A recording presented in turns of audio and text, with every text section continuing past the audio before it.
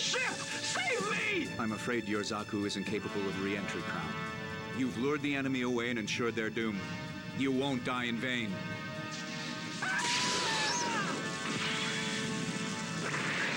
Mobile Suit Gundam Encounters in Space. Wow, this game must have a lot of fans because the most common question I ever seem to get asked is whether or not I've played this game. And the answer is, yes. I've owned it for over a decade, and honestly, I don't get why people like it. I mean, I've only played it 2 or 3 times and I just kind of find it off-putting. But let's get into this, talk about why I feel that way, and then work my way back to that. So the story is, and stop me if you've heard this one before, a kid named Amuro Ray falls face first into a machine called the Gundam, teams up with a group of civilian soldiers piloting a ship known as the White Base, and they go fight the forces of evil known as Zeon. Okay, it's not exactly original seeing as it's just a retelling of the first story, albeit massively truncated. I mean, there's really not that many missions with the White Base. They skip a lot of content, and the original Gundam wasn't terribly long. It was like 43 episodes in Japan. We got like 2 cut, and in the end we get like maybe a fifth the number of levels. Although I will give credit, this is probably the only game that's ever recreated the final duel between Char and Amuro at a Boa-Ku in spacesuits with rapiers. And that's kinda cool, but I'm also pretty sure that it's basically just a giant expository moment because they take away the HUD and I'm pretty sure you can't actually lose, so yeah. But that's not where the story ends because there's actually a second story following the Thoroughbred and 2 other Gundam pilots as they fly around testing their new Gundam machines, the Gundam 04 and Gundam 05. And this was actually pretty interesting because if you succeed well enough in specific points in the story, okay, one specific point in the story, you can actually branch it off into a separate story, sort of like what-if story scenario. And that's pretty cool, but, and I know this is going to be on a bit of a tangent because we still have a bit of story left, I'm going to talk about one of the things I really don't like about this, and that is the scoring system. Because in order to get that second story path, you have to get a high enough score. And the only way to really get a respectable score in this game is to focus on targeting multiple enemies at once and hitting them all at once with a multi-targeting attack. Now that sounds easy enough on paper, but it's basically random whether or not you actually hit your opponents or not, and given that that story path, like a lot of others, requires a very high score, you've basically got 0 margin for error here. And I can say that with full confidence because I spent the better part of 2 days straight trying to unlock that second story path. At which point I just gave up, said I'm running out of time, I have to record audio for this thing. So, yeah. Scoring in this game and unlocking things based on scoring, it's kind of a crapshoot. But back to story, we have one more mode which is known as Ace Mode. Or, much more accurately, is Obscure Character Fan Service Mode. Because, well, sure, you could play as Char Aznavour, Arnival Gato, and Ko Araki. I would propose alternatively you don't play as Arnival Gato or Ko Araki because, like Ko Araki himself, everything from Stardust Memory was terrible. And alternatively you could play as Johnny Raiden, the Black Tri-Stars, Shin Matsunaga, and I think I read at one point you could unlock Yu Kajima, which is kind of baffling because in the entirety of his trilogy of games, he only fought in space once. But, okay. Basically, this mode exists for everyone who has a massive fandom for obscure characters who either got a one-off shot in the anime, or like had a manga dedicated to them, or just showed up for a scene in a video game and they just wanted to expand on it, I guess. But for the most part, outside of expanding the lore of all of Gundam, most of these characters are really unimportant. And again, Stardust Memory, which you can keep as far away from me as possible, and I think we'll all do better for it. Now, going back to gameplay, skipping over the terrible multi-lock system and high score ratings, you have really bizarre controls. And the best analogy I can come up with within the Gundam universe, and very serendipitously so, because I watched it for the first time last night, is it's very similar to the 3rd episode of MS Igloo, where they tried to take up those land Zakus and have them fight in space, and all they basically could do was spin in a circle because they had no actual control over themselves. And if I may loosely quote Engineering Lieutenant Oliver May here, they're drowning in space. Well, that's basically how it feels to play this game. So there's 2 modes of control. One that's called something like Traveling Tube, which is basically, we made a really simplistic, basic, knockoff rail shooter mode, where your machine is autopiloted and you basically just lock onto stuff and blow stuff up for extra points.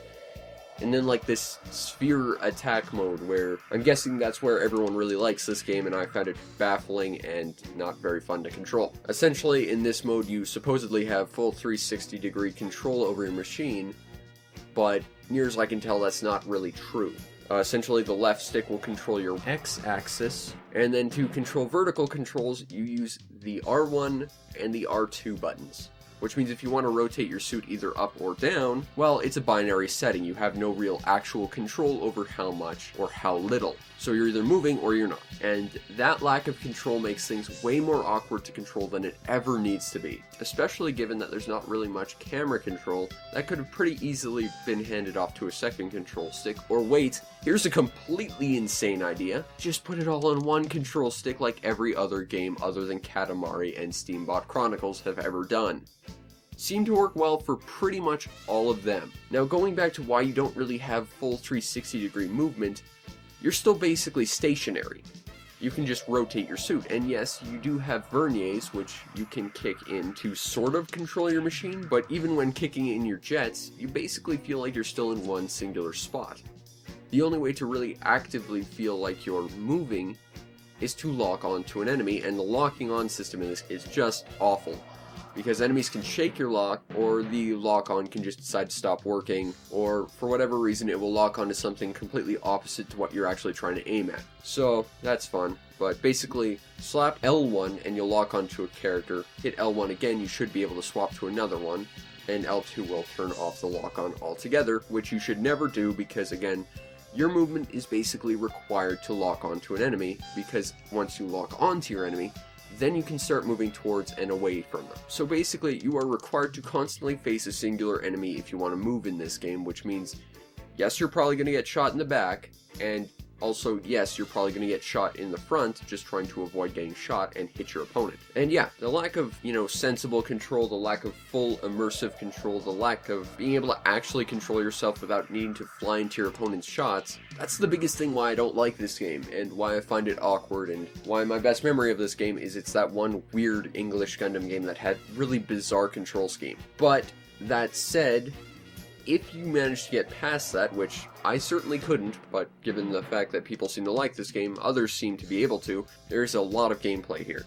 Because while it does cut down the story mode of the white base, you have Ace mode, you've got 2 Thoroughbred mode, you have a Create a Pilot mode, although that is largely pointless, because you create a character, you go through a couple missions, and then the end result is your resulting pilot. You can't go back and change stats and retry missions or anything, so you're stuck with what you've got. If you've made a mistake, you're stuck with it, and this character seems to only be good in, like, Score Attack mode, or whatever it was called, which I could do without, which means your created character is basically without value because they don't really have much of a story to it themselves, they're just sort of there. There is an insane amount of unlockables, provided that you can actually get them to unlock, which for the most part I could not, and I'm willing to admit that, but that's, again, mostly reliant on that kind of wonky multi-targeting attack, and a reliance on really strict high score requirements. And if you like unlocking things, there is an absurd amount of stuff to unlock here, so you will be at this for a long time. And not just that, but they added extra stuff that was available only as downloads in Japan, such as machines from Mobile Suit Gundam Seed, which I never really cared much for Seed. It's basically 2 girls were whining about how they didn't want to fight each other, but constantly did anyway, and then way too much giant laser spam. And I didn't care much for that. But wait, they did add something just for me! They added the Wing Gundam! Oh. 0. Ugh. Custom. Damn you, Hajime Katoki, and your terrible, terrible Endless Waltz redesigns. Just give me the non-monkeyed with Kunio Okawara Wing Gundam, or don't bother, damn it. But overall, despite my disappointment with, well, a lot of things, the gameplay does give you a lot for what it is. There is a lot of gameplay here, and if you like this game, you're going to be at it a while trying to unlock everything. But me, honestly, once I was finished playing as Char Aznable through Ace mode, I was pretty much done at that point, to be honest. Now, the overall presentation to Encounters in Space is something I can pretty much be wholly positive of, because this game looks damn good. They've remastered a lot of animation and snuck it in here. According to the box, it's about an extra hour worth of animation that's been remastered, which is pretty cool. You've got in-game cutscenes, which are done relatively well. Yeah, the mobile suits look a little bit boxier than, say, Gundam vs. Zeta Gundam, but they look leaps and bounds better than Journey to Jaburo, which came out before this game. Audio-wise, the soundtrack is pretty fantastic. Virtually every song, both vocalized and non-vocalized, you'd want is in here, and you get a wide range of recognizable Canadian voice actors, such as Brad Swile as Amuro Ray, and the legend himself, Scott McNeil. Unfortunately, we start to hit a bit of a rough patch once we get into characters that came from OVAs with American voice actors, such as the greatest standard Zaku pilot of all time, Bernard Wiseman, who is not played by David Hayter here, and it's a damn shame because that was David Hayter's best role, and I'm going to stick to that assertion probably forever. And if you haven't already, here's your homework, go watch War in the Pocket. Fantastic OVA. But overall, so long as you weren't terribly super attached to the American voice actors from the various OVAs and what have you, this game offers you pretty much every voice actor that you've come to expect from the various Gundam series that fit the characters as they were portrayed in the anime. At least in their original Canadian dub, before the American studios decided to start dubbing all this stuff. Now that is Mobile Suit Gundam Encounters in Space. If you want a North American copy, it actually doesn't cost all that much. Nowhere near what Gundam vs. Zeta Gundam has ballooned to, sitting typically at about $25-30. If you want a Japanese copy, you can get it for about $10 less. So it's not a wild jump in price between the various regions. And overall, this is a game that is very well liked by a lot of people. And despite me wanting to like this with all my heart, because it is one of the very few English Gundam games, which in and of itself is a pretty rare thing to find, and typically not very easy to come across, which is why I only have 3 English Gundam games.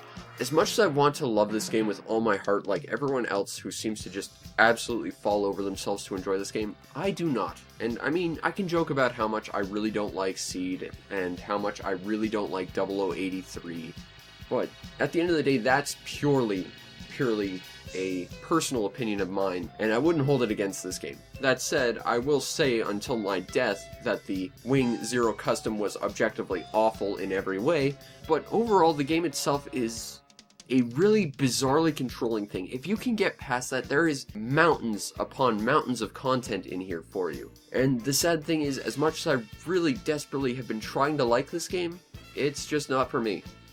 But I completely understand why people would like it. And who knows, maybe you'll think it's the best Gundam game ever. But personally, I do not.